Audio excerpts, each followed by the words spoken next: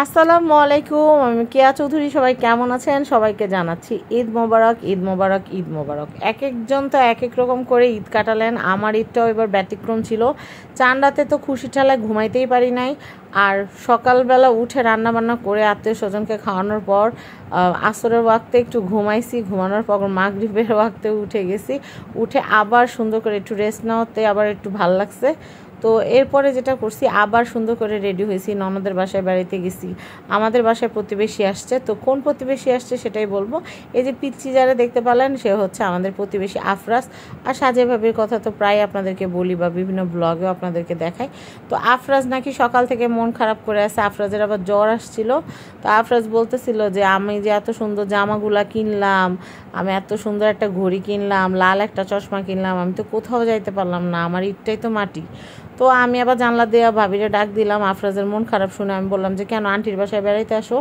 তো এই যে আন্টির বাসায় চলে আসছে বেড়াইতে, এই যে মানহামনির সাথে দেখা করতে আসছে। তো ভাবির সাথে গল্প গুজব করতে পারে, আমার কাছে খুব ভালো লাগছে।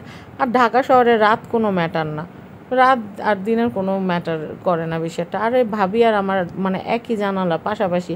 আমরা ভাবি মজার কিছু রান্না করলে জানলা দেয় আমার দেয়, আমি আবার মজার কিছু রান্না করলে ভাবিরে দিই। তো আমি বললাম যে আফরাজ, তুমি যে পাঞ্জাবি কিনছো বলে, তুমি যে বলে সুন্দর চশমা কিনছো, আমার পাঞ্জাবি চশমা এগুলো একটু দেখাও। তো আমার বলতেছে আন্টি আমার হাতে মেহেদি দিয়ে দাও, তুমি চান রাতে সবাই মেহেদি দিছো, আমারও মেহেদি দিয়ে দাও।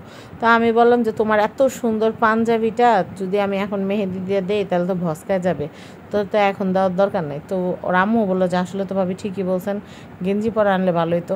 কিন্তু আফরাজের তো ইচ্ছা যে আফরাজ আমাদের বাসায় আসবে পাঞ্জাবি পরে। তো ঈদের দিন পাঞ্জাবি না পরলে তো আর হয় না। ও মা গো!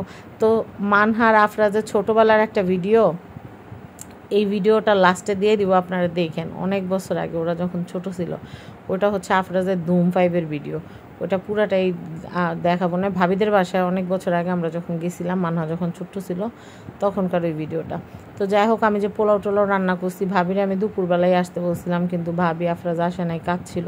আর আফরাজের জ্বর, আফরাজ ঘুমায় গেছিলো। তো এরপরে ভাবিদের জন্য আমি একটু গরু গোশত, তারপর রোস্ট, পোলাও এগুলো একটু ভাবিকে আপ্যায়ন করলাম। তো আফরাজ খায় বলতেছে, আফরাজ নাকি চিকেন খায় না, আফরাজ শুধু বিফ খায় আর মাছ খায়। তো আমি তো মাছ তো আজকে করি না, আমি শুধু মানে চিকেন আর হচ্ছে চিকেন রোস্টার বিফ করছি, আর হচ্ছে চিকেন দিয়ে হচ্ছে কাবাব করছি।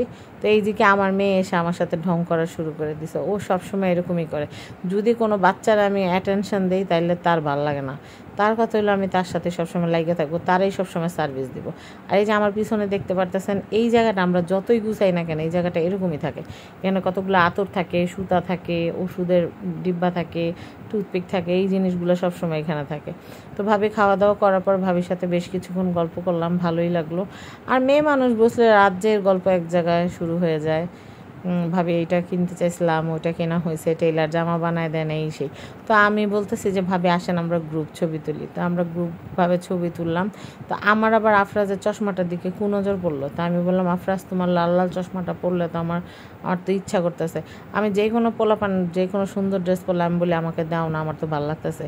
আবার আফরাজে বললাম তো তোমার ঘড়িটা আমার দেওয়া দাও, ঘড়িটা সুন্দর আছে, এইটা পরে আমি শুটিং করতে যাবো। তো আফরাজ বলতেছে আচ্ছা আন্টি নিয়েন। কিন্তু আমার আর সহ্য হলো না, আমি কী করলাম, চশমাটা টান দিয়ে নিয়ে চোখে পড়ে ফেলাইলাম। আল্লাহ, চোখে পড়ার পর তো দেখি দুনিয়া পুরো লালে লাল।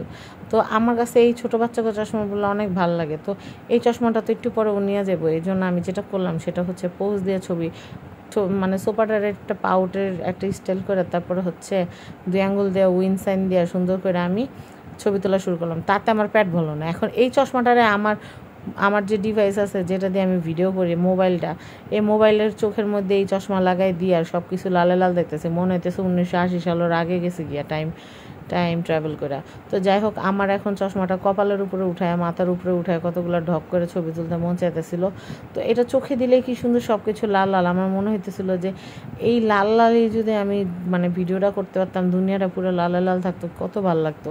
তো যাই হোক, এর মধ্যে আবার ভাইয়া বাইরে গেছিলো, ভাইয়া আবার চলে আসছে, মানে ভাবির হাজব্যান্ড। তো আমার ভাবি বলতেছে যে ভাবি এখন তো উঠতে হয়। তো আর কি আর করার, আসলে তো যাইতে দিতেই হবে।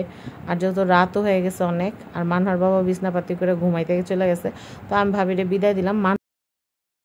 ভিউয়ার্স, আসসালামু আলাইকুম। আজকে আমরা আপনাদেরকে যে ছোট্ট বন্ধুর সাথে দেখা করিয়ে দিচ্ছি, তার নাম হচ্ছে আফরাজ। সে আফরাজ হলো, তার চালচলন মহারাজের চেয়ে কোনো অংশে কম না। আসুন আমরা প্রথমেই তার ধুম 5-এর সাথে আপনাদের পরিচয় করিয়ে দিই। এই দেখুন ধুম 5, এটা হচ্ছে ওর ধুম 5। এই ধুম 5 নিয়ে এসে খাটের উপরে, সুকেসের উপরে, আলমারির উপরে কোনো জায়গায় ঘোরা বাদ রাখে নাই আল্লাহর রহমতে। এই দেখুন তার ধুম 5। ধুম 5-এর সিকিউরিটির ব্যাপারে সে অনেক সচেতন। এই দেখুন দুই সাইডে দুইটা বড় বড় তালা ঝুলছে, যেন চোর তার ধুম 5 চুরি করতে না পারে। শুধু এই ধুম 5-এর ব্যাপারে বললে কম হয়ে যাবে, মারামারিতেও সে ওস্তাদ। তার এলাকার যত বাচ্চা আছে সবাই ওকে ভয় পায়। সামনে যে আফরাজ মহারাজ আসলে মার খেতে হবে, তাই সবাই খুব ভয় ভয় থাকে। ওই যে পিছনে তার গার্লফ্রেন্ড গাড়ি ধাক্কা দিচ্ছে, ওর নাম মানহামণি। গার্লফ্রেন্ড প্রায় ওর বাসায় বেড়াতে আসে। দেখুন গার্লফ্রেন্ডকে কিভাবে চিৎকার মেরে শাসাচ্ছে।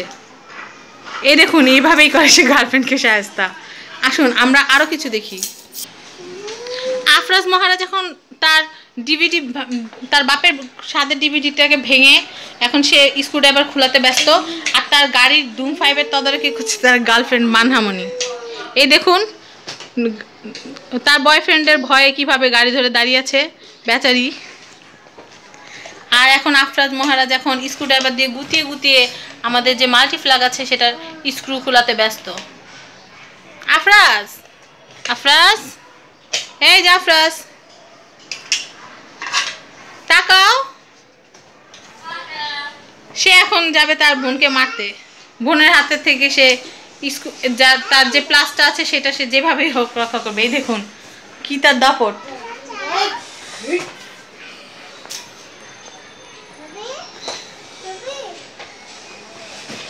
ভিউয়ার্স হঠাৎ তার মনে পড়লো গার্লফ্রেন্ড গাড়ি থেকে সরে গেছে। ভিউয়ার্স হঠাৎ তার মনে পড়লো যে গার্লফ্রেন্ড তার গাড়ি থেকে সরে গেছে, যার জন্য সে গার্লফ্রেন্ডকে আবার স্ক্রুড্রাইভার দিয়ে ব্যস্ত করতে গেছে। ভিউয়ার্স এখন আমরা দেখবো তার জিদ কিরকম।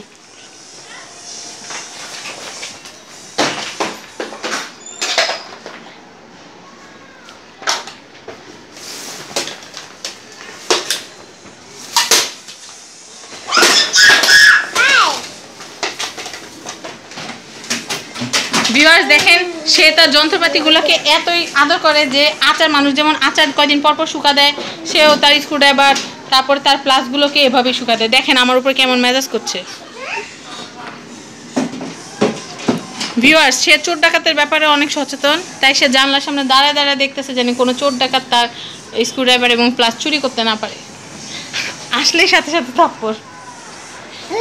এর আগেও সে 3-4টা চোর পুলিশ পিটায়া এলাকার মধ্যে নাম করছে। এই হচ্ছে আমাদের আফরাজ মহারাজ।